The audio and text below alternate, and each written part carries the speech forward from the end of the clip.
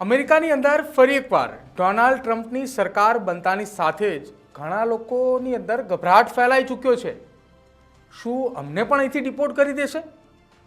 જેમાંથી મોટાભાગના લોકો તો એવા છે કે જેઓ કોઈ પણ માન્ય દસ્તાવેજો વિના અમેરિકામાં રહી રહ્યા છે।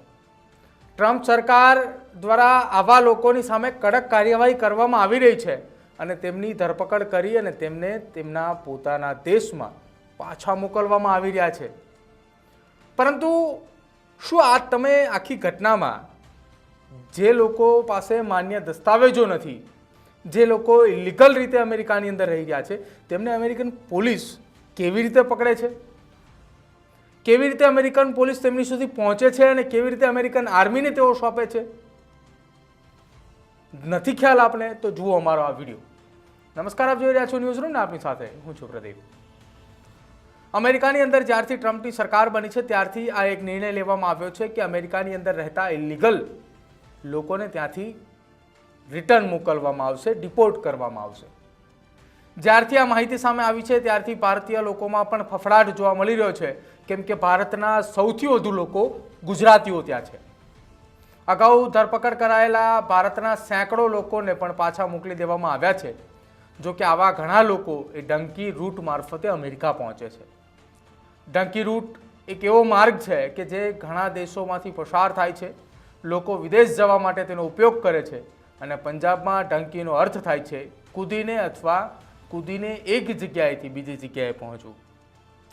આના જ કારણે છેક ભારતથી વિદેશ પહોંચવાના માર્ગને ડંકી રૂટ મારફતે જવામાં અવ્વલ નંબર ઉપર ગુજરાતીઓ અને પંજાબના લોકો છે। આ માર્ગ દ્વારા લોકો કેનેડા, બ્રિટન અને અમેરિકા જેવા દેશોની અંદર પ્રવેશ કરે છે। પહેલા માર્ગનો ઉપયોગ ખતરનાક ગુનેગારો દેશ છોડીને ભાગવા માટે કરતા હતા, પરંતુ હવે વિદેશ જવાનું સ્વપ્ન જોતા હજારો લોકો આ માર્ગ એ પોતાના પ્રિય દેશની અંદર પ્રવેશ કરવા માટે કરી રહ્યા છે।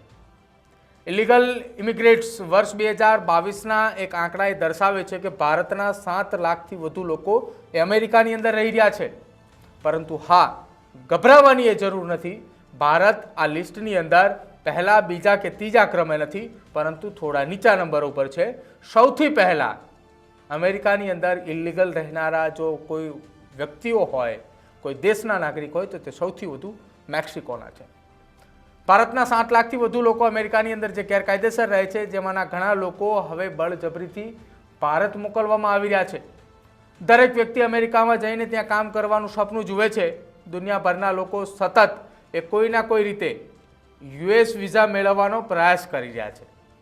જોકે અમેરિકામાં રહેવું એટલું સરળ નથી। અહીંના વિઝા અને નાગરિકના નિયમો એ ખૂબ જ કડક છે। આવી સ્થિતિમાં હજારો લોકો કાયદેસર રીતે અમેરિકન સરહદમાં પ્રવેશ કરે છે અને ત્યાં પોતાની ઓળખ છુપાવીને રહેવાનું શરૂ કરે છે। ડોનાલ્ડ ટ્રમ્પે હવે આવા લોકોની સામે કડક કાર્યવાહીની શરૂઆત કરી છે, જેમાં સેંકડો ભારતીયો પણ સામેલ છે।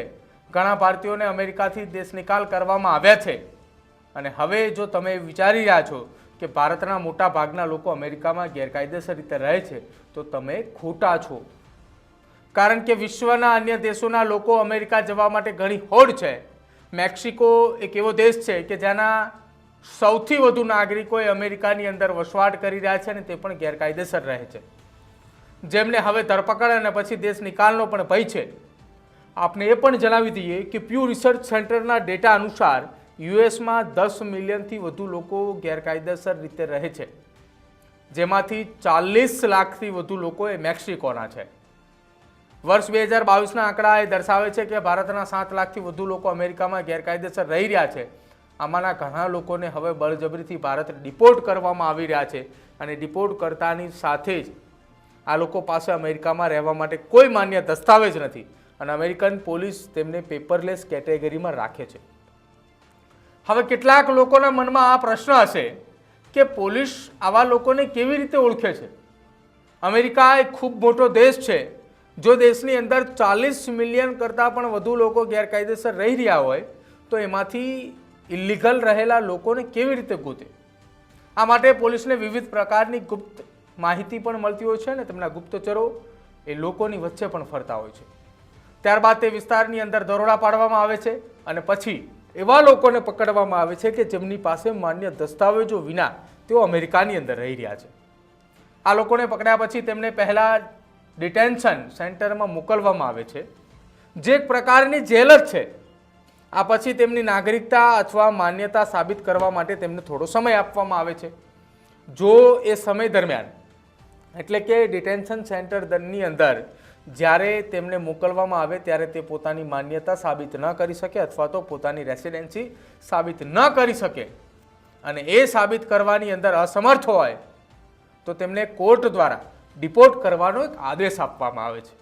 અને આ આદેશ થકી જે વ્યક્તિને સેન્ટરની અંદર મોકલવામાં આવ્યા છે, ડિપોર્ટ સેન્ટરની અંદર રાખવામાં આવ્યા છે, તેમને ત્યાંથી સીધા અમેરિકન આર્મી પાસે મોકલવામાં આવે છે અને અમેરિકન આર્મી તેમને રિટર્ન એ ભારત મોકલવા માટેની કવાયત તેજ કરવામાં આવે છે. આપણે એ પણ જણાવી દઈએ કે જ્યારે જે પણ વ્યક્તિને ડિપોર્ટ કરવામાં આવતા હોય છે ત્યારે એ વ્યક્તિની સંપૂર્ણ માહિતી એ અમેરિકન આર્મી પાસે નોંધવામાં આવે છે, જેથી કરીને એ જ વ્યક્તિ જો ફરી એક વખત અમેરિકાની અંદર પ્રવેશ કરવા માટે સફળ થાય છે અને પકડાય છે તો તેની સામે જઘન્ય અપરાધ માની તેની સામે કાયદેસરની કાર્યવાહી પણ કરવામાં આવે તો નવાય નહીં. આપનું શું માનવું છે અમારા અહેવાલને લઈને તે ખાસ અમારા કમેન્ટ સેક્શનની અંદર જણાવજો. આવા જ વધુ રસપ્રદ વિડીયો જોવા માટે અમારી ચેનલ ન્યૂઝરૂમને આપ આજે જ સબસ્ક્રાઇબ કરજો. જોતા રહેજો ન્યૂઝરૂમ. નમસ્કાર.